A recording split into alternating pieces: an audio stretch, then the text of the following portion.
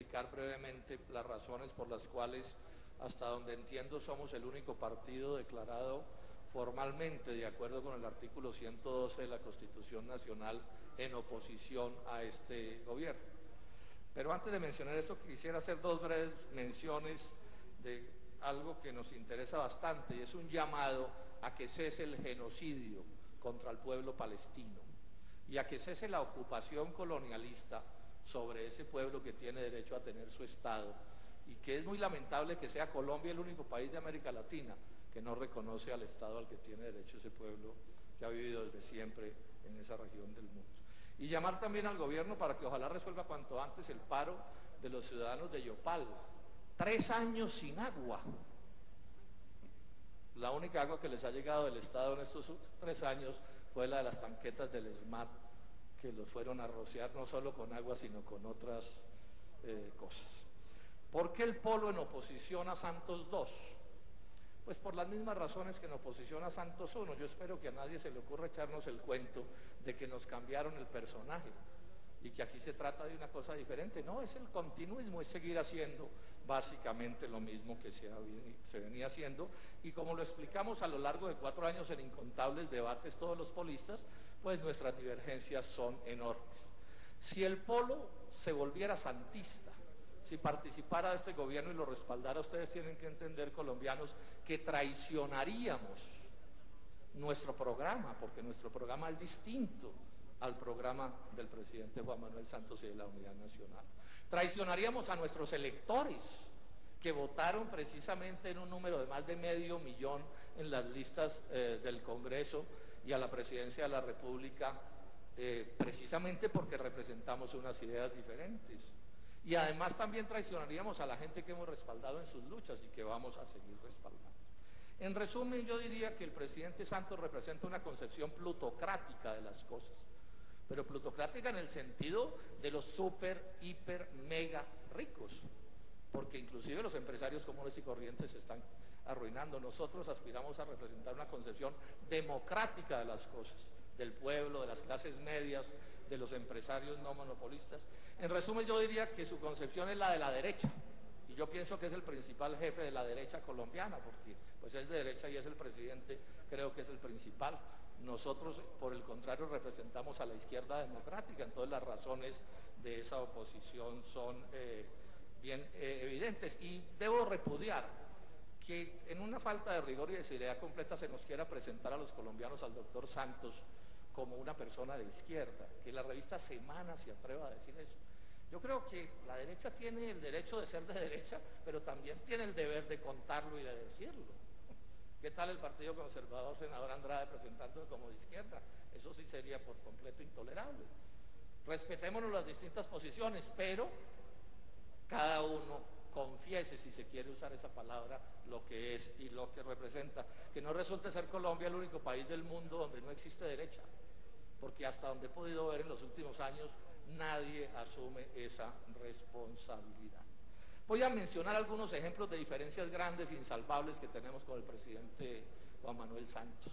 Él representa la idea de que Colombia se relacione con el mundo a través de los TLCs, del consenso de Washington, de la desnacionalización de la economía, de la entrega del país a las transnacionales. Nosotros queremos una relación con el mundo a partir de la soberanía nacional, de los intercambios con beneficio recíproco, que Colombia gane en ese relacionarse con el mundo y no sea un perdedor como el que somos. En el caso del agro, para ponerle un ejemplo, el presidente Santos son los TLCs que reemplazan el trabajo nacional por el extranjero. Es la super recontraconcentración de la tierra. Aquí nos levantaron la teoría de que si la hacienda no es de 50 o 100,000 hectáreas, ya es la ineficiencia hecha persona. Entregarle las tierras, las mejores tierras de Colombia, a los extranjeros y convertir a los campesinos colombianos o en jornaleros de esos emporios o en siervos ocultos, disfrazados de socios, falsos socios, siervos de verdad.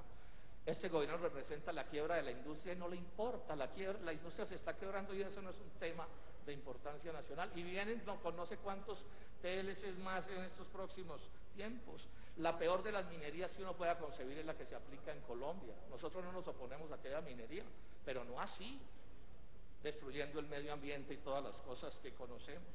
En el caso del empleo, se ufana ufanan de las tasas de empleo, pero hay que ver qué empleo precario, qué rebusque, qué sufrimiento el de los que se llaman empleados.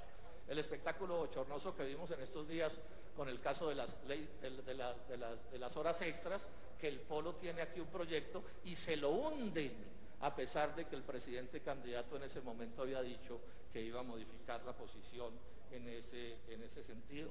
El gobierno de las EPS, este no es el gobierno de la salud de los colombianos, es el gobierno de las EPS. Yo espero poder hacer aquí en las próximas semanas un debate sobre el caso de Saludcop que avergonzará a Colombia por lo que viene sucediendo allí en ese supernegociado, que además han enfilado contra la Contralora General de la República porque se atrevió a ponerle el cascabel a ese gato. ¿Qué tal lo que pasa con la educación? Desastre que nos avergüenza ante el mundo. 3 leyes contra la tutela se aprobaron en la anterior legislatura. Y en lo político, Santos dice soy proestadounidense y ni se mosquea. Un presidente de Colombia solo puede ser procolombiano, nada más.